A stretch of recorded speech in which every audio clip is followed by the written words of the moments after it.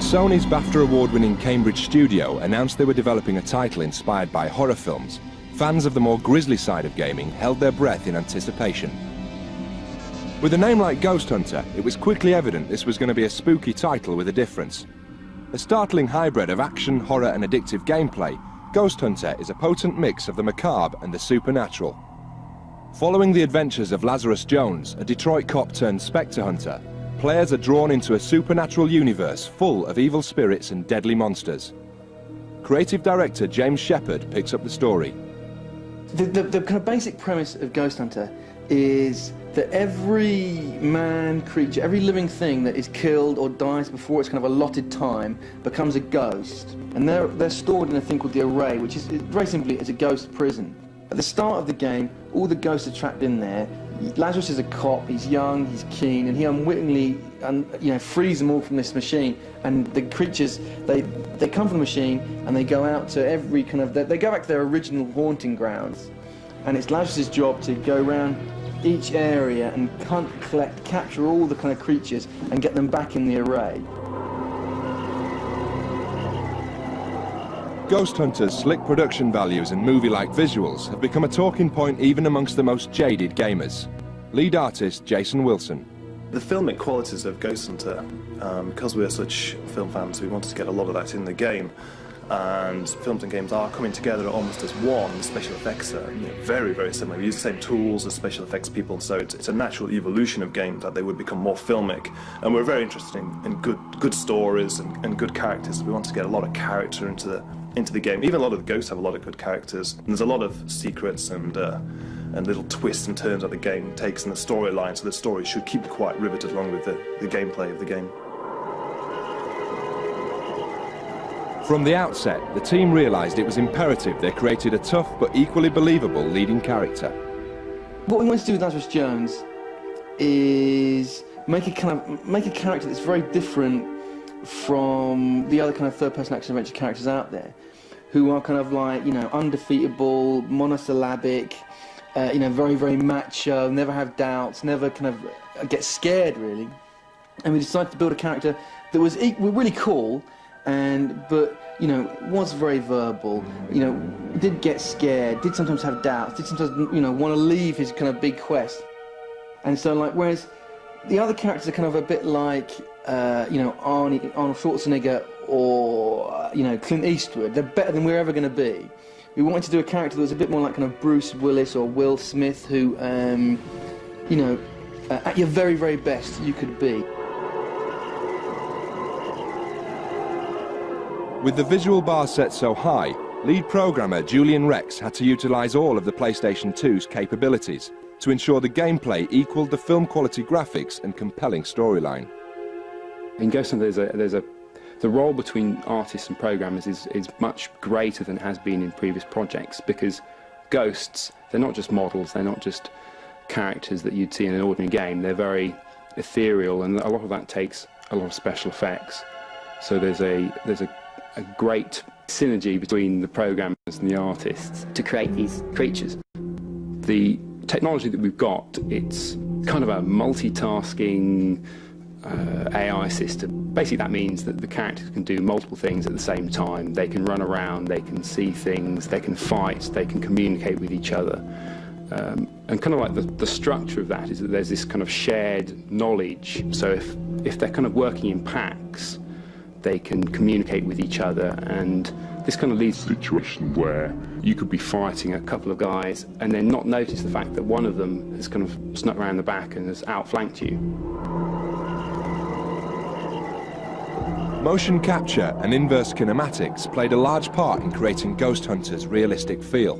We use motion capture on the main character, and something that we started doing at the start of the game was, rather than having 8-way directions, which is kind of common, we actually wanted to do something where it was a full 360 degrees of motion, so it looked really natural. But that's quite kind of difficult when you're working with motion capture and you're having to deal with the player's controls, where they can just be wiggling the stick as quick as they can. So that was a really tough thing to get right, and it's worked out really, really well. I'm really proud of the results, and it looked great. Looks really good. Part of the tool set for us to animate the characters, we use a system called inverse kinematics, which allows us to sort of take hold of a hand and place it wherever we want and the arm follow. Although that sounds quite, obvious thing to do, in computer terms that's a quite difficult thing to do. And each character has to be set up with this inverse kinematics. And therefore we don't, normally without it you'd have to rotate each joint individually. So to move, say, your hand from here to touch your face, you'd first have to rotate from the shoulder up and then rotate like this, which, works, but is very mechanical. So with inverse kinematics, you can just grab the wrist and just automatically, over time, move it to wherever you're going. And then you can tweak it to make it swing and look more realistic. Generating ideas for the game was a real team effort, with artists and programmers alike encouraging each other to delve into their dark sides. The process of designing Ghosthunter, me and James Shepherd and Julian Rex, the lead programmer, would get together and we'd talk about all the movies we've seen and great moments in games and all the things that inspire us. And me and James are very kind of geeky film buffs, and everything we talk about is in film terms and describing things from movies that no one knows what we're on about unless they watch a lot of horror films. So we sat down with a big sketchbook and we both doodled ideas out and came up with a whole host of weird ideas, and then it was my job to kind of visualize them further, and I would sketch them out as more detailed sketches, then show James. He would say, no, add an extra orifice here or an extra head there or whatever. We kind of experiment creating all these different wonderful creatures, and some had to stay out of the game because they were too weird or looked too silly, but the ones we kept in the game were pretty scary. Drawing players into the world of Ghosthunter required senior artist Tony Jackson to push the boundaries of game animation to new levels. It's great to work on stuff that is fantastical. You can't see in everyday life that, you can just sort of let your imagination run wild. I can take a character and say, oh, this guy, he's sort of zombie-like, so you have to sort of almost get under his skin and think, well, how would that zombie move? And you've got like years of zombie movies, to sort of use as reference, so you can look at those and think, yeah, they're all stiff, what have you, and they're dragging certain limbs because they don't work. And it's great to take a character from the concept and then, almost live if his movements. And I really love to give them as much character as I can, rather than just sort of bog standard walk around. I really like to, if they're big and heavy, I want them to look big and heavy, so you sort of throw their limbs around and, try and give them a little life of their own. But how can the player fight these strange creatures? Normal rules of combat hardly apply. In terms of weapons, Lawrence is a cop and he's got real earth weapons. He's got shotguns and pistols and all that kind of stuff. And also he's got weapons that are kind of ghost hunting weapons, more kind of slightly high-tech sci-fi kind of weapons, which kind of use ghost energy against the ghosts. And as you capture ghosts, the ghosts almost become ammo. They give you energy to use your weapons again. But the key device in the game is the kind of capture grenade device, and it's the best way to think of it is it's like a kind of frisbee crossed with a Ouija board, and if you get it into a ghost, it kind of it sucks the ghost into this kind of this plane of existence.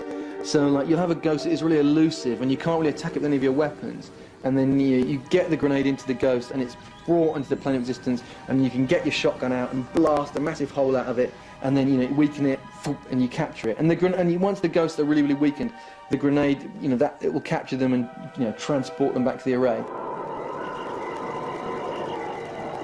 Ghosthunter's action-packed gameplay, rich storyline and cinematic styling combines to create a title which will appeal not only to fans of the horror action genre, but to console players the world over, who demand that the same TLC devoted to big-budget movies is applied to computer games. With Ghosthunter, they won't be disappointed.